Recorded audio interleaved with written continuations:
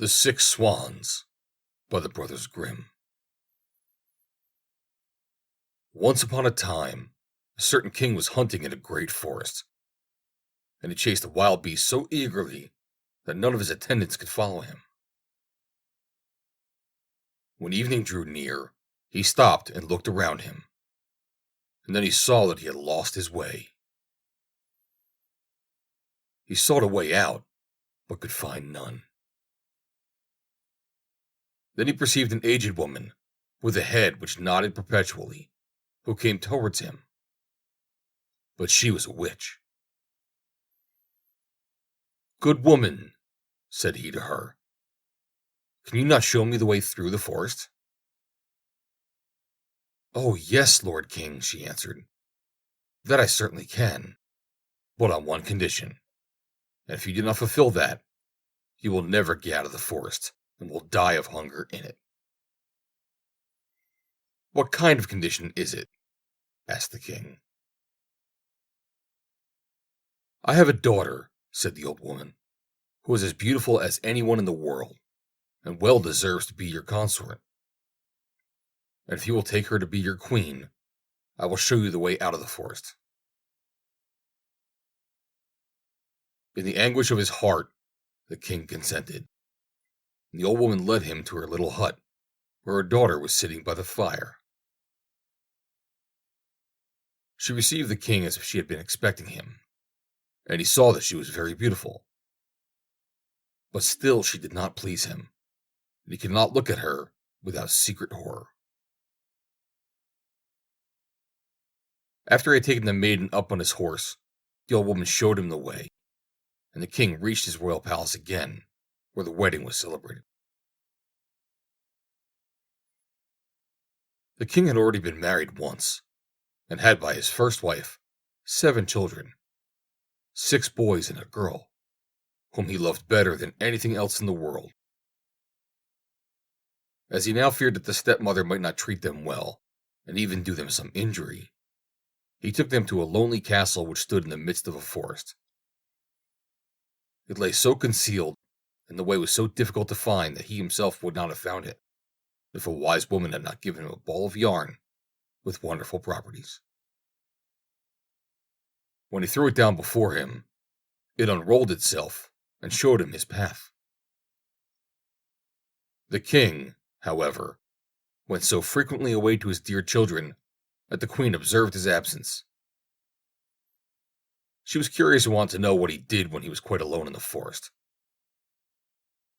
She gave a great deal of money to his servants, and they betrayed the secret to her, and told her likewise of the ball which alone could point out the way. And now she knew no rest until she had learnt where the king kept the ball of yarn. And then she made little shirts of white silk, and as she had learnt the art of witchcraft from her mother, she sewed a charm inside them. And once when the king had ridden forth to hunt, she took the little shirts and went into the forest, and the ball showed her the way. The children, who saw from a distance that someone was approaching, thought that their dear father was coming to them, and full of joy ran to meet him. Then she threw one of the little shirts over each of them, and no sooner had the shirts touched their bodies than they were changed into swans, and flew away over the forest. The queen went home quite delighted, and thought she had got rid of her stepchildren. But the girl had not run out with her brothers, and the queen knew nothing about her. Next day the king went to visit his children, but he found no one but the little girl. "Where are thy brothers?" asked the king. "Alas, dear father," she answered, "they have gone away and left me alone." And she told him that she had seen from her little window how her brothers had flown away over the forest in the shape of swans. And she showed him the feathers which they had let fall in the courtyard, and which she picked up. The king mourned, but he did not think that the queen had done this wicked deed. And as he feared that the girl would also be stolen away from him, He wanted to take her away with him. But she was afraid of her stepmother, and entreated the king to let her stay just this one night more in the forest castle. The poor girl thought, I can no longer stay here. I will go and seek my brothers. And when night came, she ran away and went straight into the forest. She walked the whole night long, and next day also without stopping, until she could go no further for weariness. Then she saw a forest hut and went into it, and found a room with 6 little beds, but she did not venture to get into one of them, but crept under one and lay down on the hard ground, intending to pass the night there.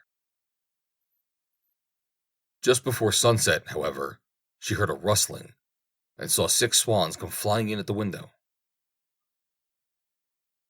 They alighted on the ground and blew at each other, and blew all the feathers off, and their swan skins stripped off like a shirt. Then the maiden looked at them and recognized her brothers, was glad, and crept forth from beneath the bed. The brothers were not less delighted to see their little sister, but their joy was of short duration. Here canst thou not abide, they said to her. This is a shelter for robbers. If they come home and find thee, they will kill thee. But can you not protect me? Asked the little sister. No, they replied. Only for 1/4 of an hour each evening can we lay aside our swan skins, and have during that time our human form. After that, we are once more turned into swans. The little sister wept and said, Can you not be set free? Alas, no, they answered. The conditions are too hard. For 6 years thou mayst neither speak nor laugh, and in that time thou must sew together 6 little shirts of starboard for us. And if one single word falls from thy lips, all thy work will be lost. When the brothers had said this, the 1/4 of an hour was over, and they flew out of the window again as swans. The maiden, however, firmly resolved to deliver her brothers, even if it should cost her her life. She left the hut, went into the midst of the forest, seated herself on a tree, and there passed the night. Next morning she went out and gathered starwort and began to sew. She could not speak to anyone. She had no inclination to laugh. She sat there and looked at nothing but her work. When she had already spent a long time there, it came to pass that the king of the country was hunting in the forest, and his huntsmen came to the tree in which the maiden was sitting. They called to her and said, Who art thou? But she made no answer. Come down to us, said they. We will not do thee any harm. She only shook her head. As they pressed her further with questions, she threw her golden necklace down to them, and thought to content them thus. They, however, did not cease. When she threw her girdle down to them, and as this also was to no purpose, her garters, and by degree everything that she had on, that she could do without until she had nothing left but her shift. The huntsmen, however, did not let themselves be turned aside by that, but climbed the tree and fetched the maiden down and led her before the king. The king asked, Who art thou? What art thou doing on the tree? But she did not answer. He put the question in every language that he knew, but she remained as mute as a fish. As she was so beautiful, the king's heart was touched, and he was smitten with a great love for her. He put his mantle on her, took her before him on his horse, and carried her to his castle. Then he caused her to be dressed in rich garments, and she shone in her beauty like bright daylight. But no word could be drawn from her.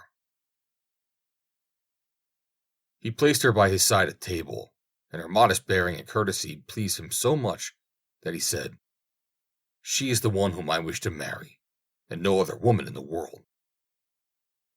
And after some days, he united himself to her. The king, however, had a wicked mother, who was dissatisfied with this marriage and spoke ill of the young queen. "Who knows," said she, "from whence the creature who can't speak comes? She is not worthy of a king." After a year had passed, when the queen brought her first child into the world, the old woman took it away from her and smeared her mouth with blood as she slept. Then she went to the king and accused the queen of being a man-eater. The king would not believe it, and would not suffer anyone to do her any injury. She, however, sat continually sewing at the shirts, and cared for nothing else. The next time, when she again bore a beautiful boy, the false stepmother used the same treachery, but the king could not bring himself to give credit to her words. He said, "She is too pious and good to do anything of that kind. If she were not dumb, and could defend herself, her innocence would come to light." But when the old woman stole away the newborn child for the third time and accused the queen, who did not utter one word of defense, the king could do no otherwise than deliver her over to justice, and she was sentenced to suffer death by fire. When the day came for the sentence to be executed, it was the last day of the 6 years during which she was not to speak or laugh, and she had delivered her dear brothers from the power of the enchantment. The 6 shirts were ready, only the left sleeve of the 6th was wanting. When, therefore, she was led to the stake, she laid the shirts on her arm, and when she stood on high and the fire was going to be lighted, she looked around, and 6 swans came flying through the air towards her. Then she saw that her deliverance was near, and her heart leapt with joy. The swans swept toward her and sank down so that she could throw the shirts over them. And as they were touched by them, their swan's skin fell off, and her brothers stood in their own bodily form before her, and were vigorous and handsome. The youngest only lacked his left arm, and had in the place of it a swan's wing on his shoulder. They embraced and kissed each other, and the queen went to the king, who was greatly moved, and she began to speak and said, "Dearest husband, now I may speak, and declare to thee that I am innocent, and falsely accused." And she told him of the treachery of the old woman who had taken away her 3 children and hidden them. Then, to the great joy of the king, they were brought thither, and as a punishment, the wicked stepmother was bound to the stake and burnt to ashes. But the king and the queen with their 6 brothers lived many years in happiness and peace. The end. Read by Joe DeNoia, Somerset, New Jersey, May 4th, 2020.